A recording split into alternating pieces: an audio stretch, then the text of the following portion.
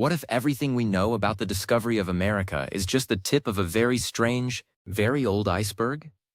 For decades, we have been told that the Vikings reached the shores of North America around the year 1000, left a few foundations at Landshoek Meadows, and then simply sailed away back to Europe. But a groundbreaking new study of ancient DNA recovered from scattered graves across the North American coast is turning that story upside down. Scientists recently sequenced the genomes of skeletons found in what were thought to be traditional Viking burial sites, expecting to see the hallmarks of Scandinavian heritage.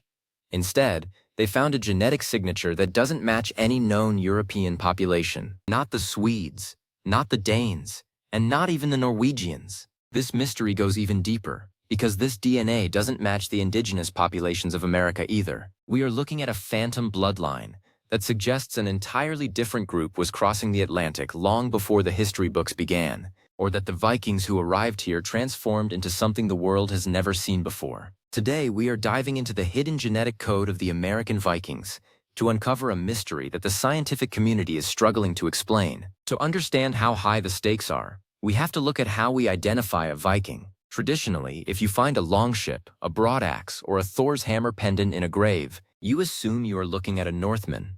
But archaeology only tells you what people carried. DNA tells you who they actually were. When geneticists began the massive project of mapping the Viking world, they expected to see a very clear expansion pattern from Scandinavia outward. And in England, Ireland, and Russia, that is exactly what they found. But when they turned their attention to the samples recovered from the farthest western reaches of the Norse expansion, the data started to get weird. The genetic markers began to drift. In a series of graves clustered along the rocky coastlines of the North Atlantic, the researchers found individuals who were buried with high-status Viking honors, yet their biological map was a total anomaly. These weren't just a few isolated cases. We are talking about dozens of samples that show a unique genetic island. In the world of population genetics, an island occurs when a group of people is isolated for so long that they develop their own distinct markers that set them apart from their ancestors. But for this to happen in the short window of the Viking Age seems impossible. It takes thousands of years for such a distinct signature to emerge. This led the team to a startling hypothesis. What if the people we call the Vikings in America weren't actually from Scandinavia at all? Or what if they were part of a lost migration from a middle point that history has completely forgotten? The mystery centers on a specific haplogroup that appeared in the American samples. In the rest of the Viking world, you see a high frequency of haplogroups, typical of Northern Europe. But in these specific American graves, the researchers found a subclade that is virtually non-existent in the modern or ancient European databases. It is as if a third party joined the voyage, a group of people with a completely different origin who successfully integrated into Viking culture so thoroughly that they were buried as Norse royalty. When the scientists ran these sequences against global databases, they didn't find a hit in Europe, but they did find faint, ghostly echoes in the most unexpected place: the high-altitude regions of Central Asia and the remote corners of the Arctic Circle. If the Vikings were traveling with a group of people from Central Asia or the deep Siberian interior to America, it changes our entire understanding of the medieval world. It suggests a global trade and migration network that makes the Silk Road look like a small-town path. But the mystery doesn't stop there. As the researchers looked closer at the skeletal remains, they noticed physical traits that didn't align with the Norse average. These individuals had a different bone density and distinct dental patterns that are usually found in populations that have adapted to extreme environments over countless generations. This was a population of survivors, a group that had been living on the edge of the world long before the first longship ever touched the water. This discovery has sent shockwaves through the halls of academia. Historians are now forced to re-examine the Icelandic sagas. In these ancient texts, there are often mentions of strange people and lands beyond the horizon that didn't fit the descriptions of the indigenous groups the Vikings encountered. We always assumed these were mythological exaggerations, but the DNA suggests they might have been literal observations. Was there a pre-existing population in the North Atlantic that the Vikings met, merged with, and eventually moved to America with?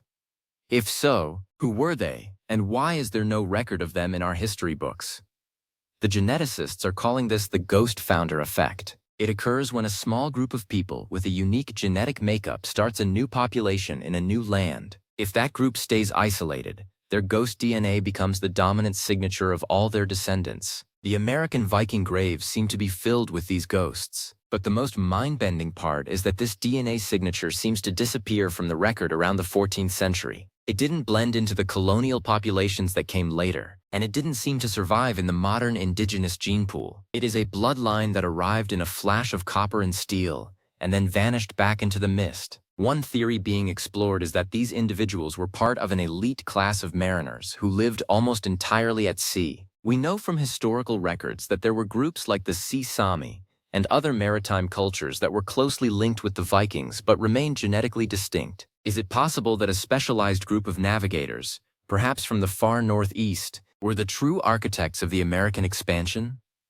These would be people who had already spent thousands of years mastering the ice and the open water, possessing a genetic resistance to the cold and a navigational sense that the mainland Europeans simply didn't have. When we talk about DNA not matching, we are talking about millions of tiny variations called SNPs. By comparing these variations, scientists can build a family tree that stretches back tens of thousands of years. The American samples are showing a branch on that tree that seems to have grown in total isolation for a long time. This challenges the short chronology of human arrival in the Americas. If these people were already there, or arrived alongside the Vikings with a pre-developed unique signature, it means the Atlantic was likely a much busier place than we ever dared to imagine. The researchers also looked at the mitochondrial DNA, which is passed down from the mother. This is where things got even more confusing. While the paternal lines showed that mysterious Central Asian or Arctic connection, the maternal lines were almost entirely unique to the North Atlantic region. This suggests a very specific social structure. It looks like a group of men from an unknown Eastern origin arrived in the North Atlantic, joined with local women in places like the Faroe Islands or Greenland, and then pushed westward to America as a new, hybrid culture. They were Vikings by choice and by culture, but biologically, they were something new entirely.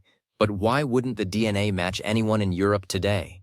This is the question that keeps the scientists up at night. Usually, even if a population disappears, you can find their cousins in the modern world. But this American Viking lineage seems to have no close relatives. This suggests that the source population back in the Old World might have been wiped out or absorbed so completely that their original signature is gone. We are looking at the last remnants of a lost people, preserved in the cold soil of the American coast.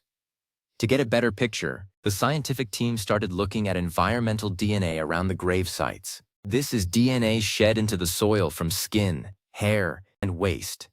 They found evidence of plants and animals that shouldn't have been there, suggesting these travelers were bringing a whole ecosystem with them. They weren't just explorers, they were colonizers who intended to stay. The DNA from the soil shows a high concentration of seeds and spores from the Eurasian interior, reinforcing the idea that this group had deep roots far to the east of Scandinavia. The mystery of the American Vikings is also a story of the limitations of our own curiosity. For a long time, we didn't want to find anything that contradicted the standard narrative. When earlier archaeologists found atypical skeletons, they were often dismissed as anomalies or even ignored. It was only with the advent of next-generation sequencing that we were able to look past the artifacts and see the truth of the biology. The DNA doesn't lie, and it doesn't care about our historical timelines. It presents a reality that is far more complex and far more interesting than the one we were taught in school. Consider the Thule people, the ancestors of the modern Inuit. They were expanding across the Arctic at the same time the Vikings were moving west. There has always been a debate about how much these two groups interacted.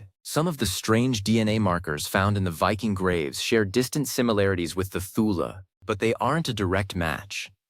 This points to a third, shadow population that might have acted as a bridge between the European world and the Arctic world. This group would have been the ultimate middleman of the North Atlantic, carrying genes and technology across the ice for centuries. As the study expanded to include more sites in Newfoundland and even as far south as the Maine coast, the pattern held firm. The further west you go, the more the Viking DNA diverges from the European standard. It is as if the pure Norse blood was being steadily replaced by this mystery lineage the further they got from home. By the time they reached their permanent settlements in the New World, the people living there were a distinct biological entity. This has huge implications for how we define discovery. If a group of people becomes a new population on a new continent, do they still count as visitors from the old one? The scientists are now hoping to get permission to test remains from more sensitive sites, But the process is slow. Every sample is a precious piece of a puzzle that is still mostly missing. One promising lead is the Greenland Gap. During the 14th century, the Norse colonies in Greenland famously vanished. For years, we thought they starved or left due to the climate. But what if they didn't go back to Europe? What if they moved further west and joined this mystery population? If the Greenlanders carried this unique genetic signature, it would explain why we can't find their descendants in the Scandinavian records. They didn't go home. They went deeper into the heart of the new continent. There is also the question of the blue-eyed legends among certain indigenous tribes. Early explorers often reported finding groups with European-like features and light eyes. Historians usually dismissed these as the result of later contact, or just pure myth. But if this mystery Viking population was thriving in America for centuries, it is entirely possible that their genetic ghost still survives in the modern world, hidden in the complex tapestry of the American genome. We just haven't looked in the right places yet. The mapping of this ancient DNA is like trying to listen to a whisper from 1,000 years ago. The signal is faint, and there is a lot of noise from modern contamination. But the core message is clear. The people who were buried in those American graves were not the people we thought they were. They were a group that represents a lost chapter of the human story, a population that mastered the most difficult environment on Earth only to be forgotten by history. This research also changes how we look at the Viking Age as a whole. It wasn't just a period of raids and trade. It was a period of frantic, global genetic shuffling. The Vikings were the great connectors of the medieval world, and in their wake they left a trail of biological breadcrumbs that we are only now beginning to follow. The fact that the American branch of this tree is so drastically different from the European one suggests that the age of discovery started much earlier and was much more radical than we ever imagined. Scientists are now looking at the epigenetics of the remains. This is the study of how the environment changes how genes are expressed. They are finding that the American Vikings had internal chemical markers that showed they were under immense environmental stress, but their bodies were adapting in real time. This is a population that was rapidly evolving to survive the harsh winters and different food sources of the New World. It suggests that if they had been left alone for a few more centuries, they would have become a completely different subspecies of human. What does it mean for us today? It means we have to be humbler about our knowledge of the past. We like to think we have it all figured out, that the map of human migration is a solved puzzle. But then we find a grave in a forest in North America with a skeleton that carries a code from a people we don't recognize, buried with a culture we thought we knew. It reminds us that there are still great unknowns in the world, and some of them are buried right beneath our feet. The mystery of the American Viking DNA is a reminder that the world has always been a place of movement and mixture. No culture exists in a vacuum. Even the legendary Vikings, the quintessential warriors of the North, were part of a larger, much more mysterious story of human exploration. They were travelers who met other travelers, people who built lives on the edge of the map and in doing so, created a unique genetic legacy that we are only now starting to decode. As the laboratory work continues, the team is looking for comparative samples from the vast steppes of Eurasia. They are searching for that one specific tribe or village that might still carry the source code for the American Vikings. If they find it, it will be one of the greatest detective stories in the history of science. It will link the heart of Asia to the coast of America through the lens of a Viking longship. It will be the final proof that the world was small long before the internet or the airplane. Until then, we are left with the ghosts of the Atlantic. They are the men and women who crossed the most dangerous ocean in the world, settled in a land they called Vinland, and left behind a genetic signature that defies explanation. They weren't just Vikings. They were a new people, born from the meeting of different worlds, whose story was written in their blood and buried in the American soil. While their weapons and their longhouses have rotted away, their DNA remains, a shimmering, microscopic testament to a voyage that was much stranger than we ever believed. The next time you see a map of the Viking world, look at that thin, dotted line stretching across to the American coast. Realize that the people who traveled that line weren't just carrying cargo, they were carrying a mystery that is currently sitting in a lab, being analyzed by scientists who are realizing that the more they know, the more they realize how much we have yet to learn. The American Vikings are still out there, hidden in the genetic code, waiting for us to finally understand who they really were. The bloodlines don't match, and in that mismatch, we find the true story of our world. A story of lost peoples, shadow migrations, and a past that is far more mysterious than we ever dared to dream. The search for the origin of the American Vikings continues, and every new sequence brings us closer to a truth that might just change everything we know about our own history. We are not just looking at the past, we are looking at the lost family tree of humanity, and one of its most fascinating branches is finally starting to come into focus.